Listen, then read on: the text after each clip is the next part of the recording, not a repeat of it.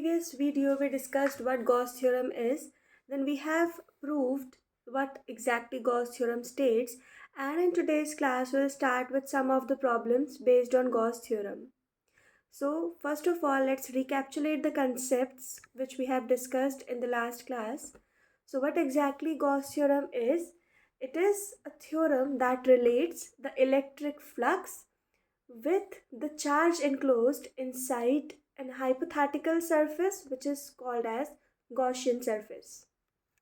Now, what we have derived in the last class was that the flux associated with any Gaussian surface means, if let us say this is a surface which encloses a charge q, then the net flux means the number of field lines passing through that surface. So this flux is equal to 1 upon epsilon naught times the charge enclosed in that surface, right? So before we start with the problem, there are few things which you have to keep in mind before starting with the questions. First thing is, we just have to confine ourselves to the charge which is kept inside the surface. It means if there are n number of charge, let us say, which are kept outside the surface, we don't have to deal with such charges. We are only confined with the charge that is kept inside the closed surface. Second thing which you have to keep in mind is we are dealing with the net charge enclosed. It means if inside the surface, let us say these are the charges q and 2q. So we have to deal with the net charge enclosed in the surface. So here you can see what is the net charge enclosed. So I can write here that q net is q plus 2q, that is 3q. This is the net charge, right?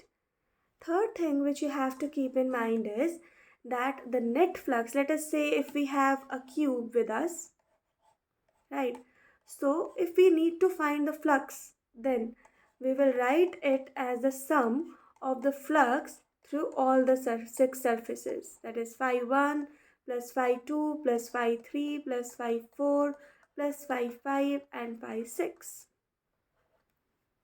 right? Now let's start with the problems. So the first question is, what is the electric flux through a cube of side 1 centimeter which encloses an electric dipole? Now, one thing which you have to keep in mind before starting any question is you have to read carefully what is the net charge enclosed inside the Gaussian surface. Now see this word cube.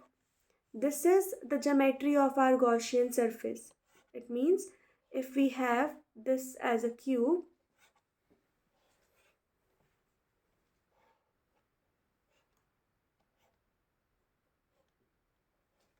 and also it is given that it has a side of 1 centimeter, but what is more important to us is that this Gaussian surface encloses, right? It means the charge is kept inside this Gaussian surface. And what is kept inside? That is an electric dipole. And what is electric dipole? This electric dipole is simply a set or a system of two charges which have the opposite polarity, which is separated by a certain distance. Right, again I am repeating. Electric dipole is a system consisting of two charges and which have opposite polarity but same magnitude, and which are separated by a distance, and let's say this distance is 2a, right? So if this is enclosed inside it, now just see we have this minus q and plus q inside it. So see what is the net charge, because we know that according to Gauss theorem, we'll simply use Gauss theorem to obtain it. What is phi? This is q by epsilon naught. And what is this q? This is the net charge enclosed here, right? But what is the net charge enclosed? See, minus q plus q divided by epsilon naught, and this q will get cancelled. It means the net charge enclosed inside it is 0. Since the net charge enclosed was 0, so the flux associated with this is 0. Right? Now, one question that may arise in your mind is, what is the meaning of this negative flux? Right? So before I start with the next question, you have to understand carefully what this negative flux denotes. Although we usually say that flux is a scalar quantity, so what is the meaning of the thing that there will be negative flux? See, if I am saying that flux is nothing but it is a dot product of electric field vector and areal vector, since it is a dot product, so we know that it will definitely be a number, and that's why it is a scalar quantity, flux, right? So this E dot ds, if I am saying that angle is 180, right, again it will be negative, so it will be E ds cos 180, and this cos 180, it will be negative, so it will be minus E ds, right? But remember, this negative sign simply denotes the inward field lines. Means if this is the Gaussian surface, negative flux means that the field line is entering, right? And positive flux means that electric field lines are leaving the surface, right? So don't get confused. Whenever I am saying that flux is positive, it will denote that electric field lines is coming outward, and whenever I am saying that electric flux is negative, it will denote that the electric field lines are pointed inward. So I hope that this question is clear to everyone. Let's start with the second question. Second question is, if the radius of Gaussian surface enclosing a charge q is halved, then how does the electric flux through the Gaussian surface change? Now see, we have a Gaussian surface and it is given that the radius of this Gaussian surface is halved, right? But see, before I start with the question, we know that the flux associated with any surface according to Gauss theorem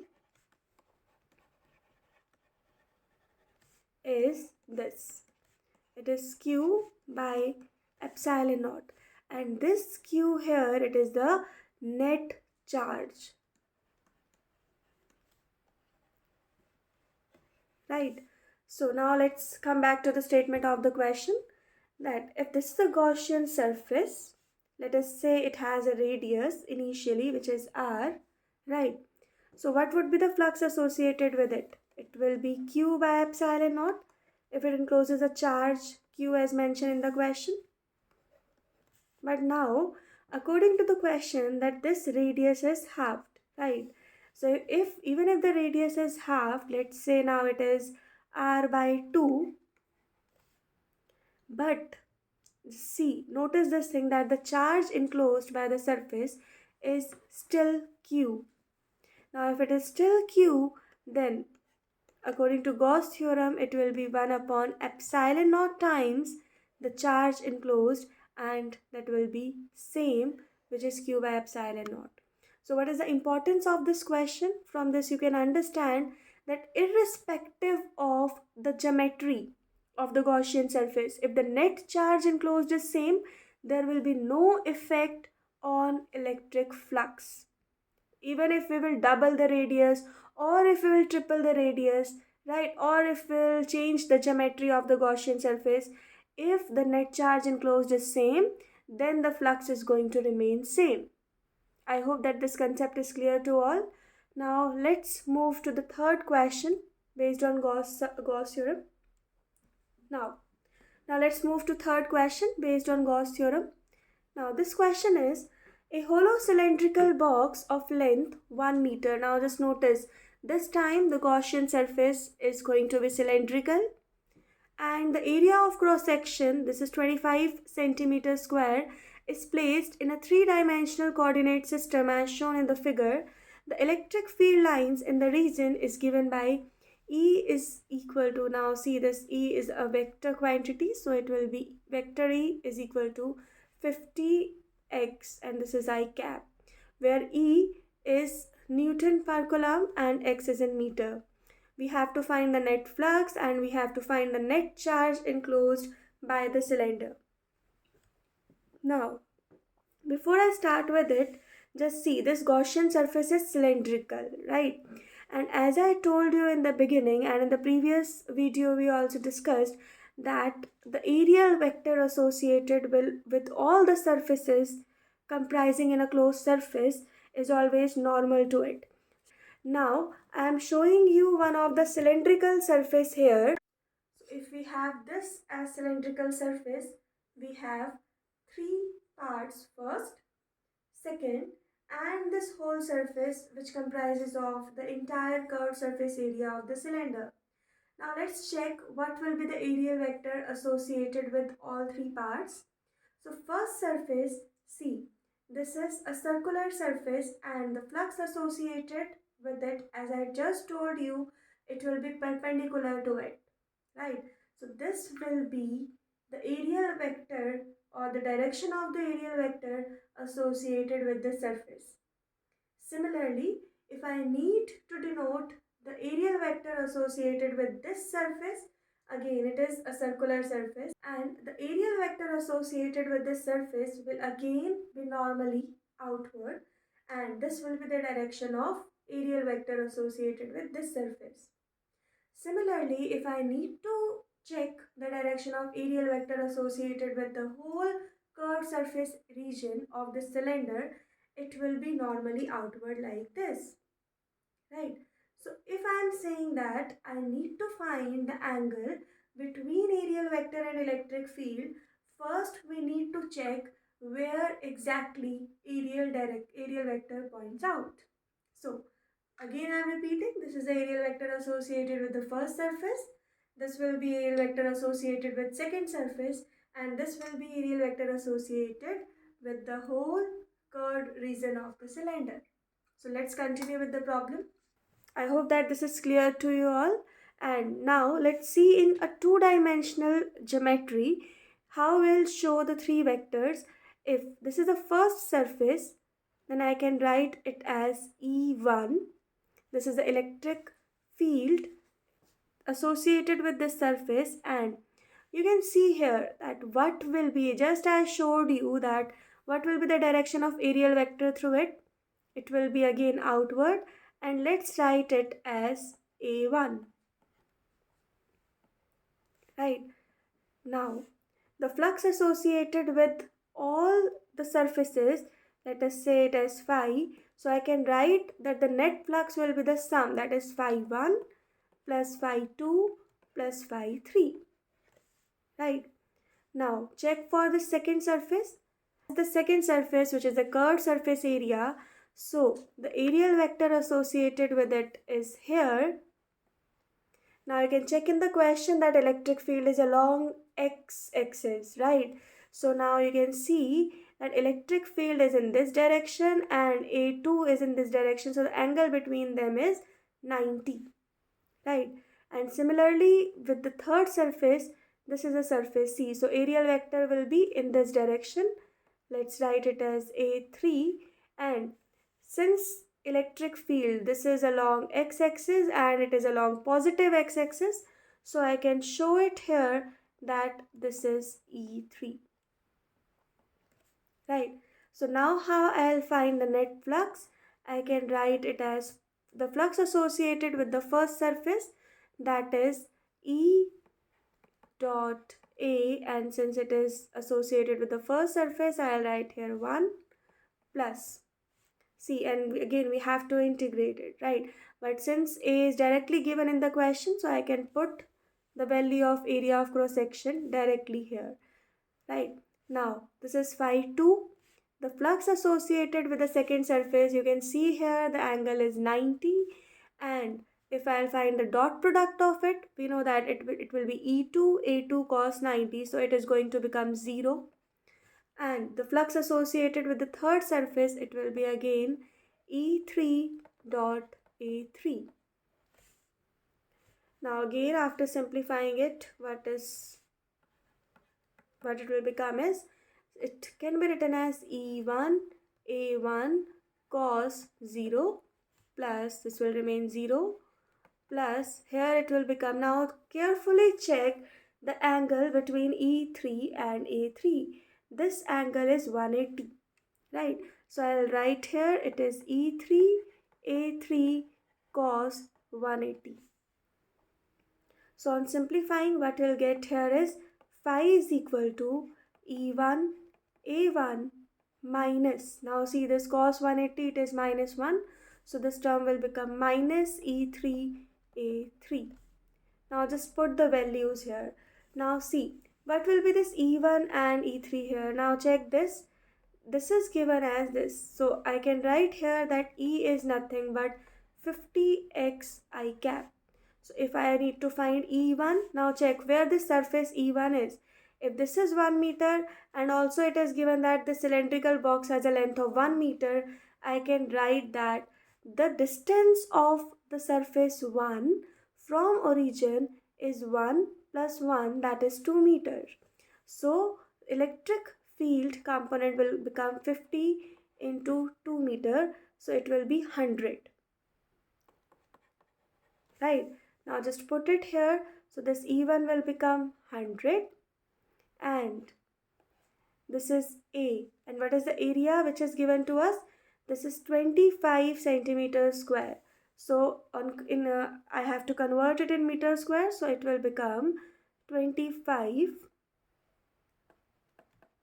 into 10 raised to the power minus 4 minus this whole term will become, now see, first we'll calculate this E3 in the same way.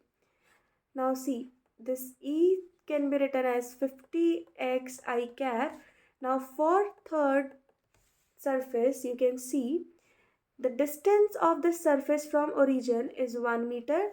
So I'll write here 50 into 1, right? So it will become 50. So I am just putting it here. So it will become 50. And again area, this is going to remain same, 25 into 10 raised to the power minus 4. Right. I hope this is clear to everyone. Now on simplifying, what we'll get here is, see, this is 10 raised to the power 2, this is 10 raised to the power minus 4. So it will become 0.25 minus, here it will become C. This is 50, 25 and this is 10 raised to the power minus 4. Right. So first we'll simplify it and we'll get it as 0.125 and now on simplifying it further we'll get 0.125 Newton meter square per coulomb as the flux.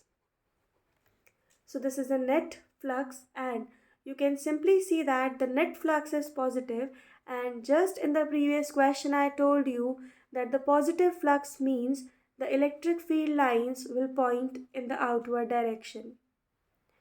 Right. Now one more part which is asked here is, what is the charge enclosed by the cylinder? Now again we'll use Gauss theorem. We know that what is the charge associated with it, or what is the flux associated with it? It is Q by epsilon naught. So charge can be written as flux into epsilon naught. Epsilon naught, this is the absolute permittivity of free space. So it will become 0.125 and we'll put the value of this epsilon naught, which is 8.854 into 10 raised to the power minus 12. Clear? Again on simplifying, what we'll get here is 1.107 into 10 raised to the power minus 12 coulomb. This is the net charge enclosed. I hope all the problems based on Gauss theorem are clear to you. In the next video, we'll discuss few applications of Gauss theorem and more problems based on them. Thank you.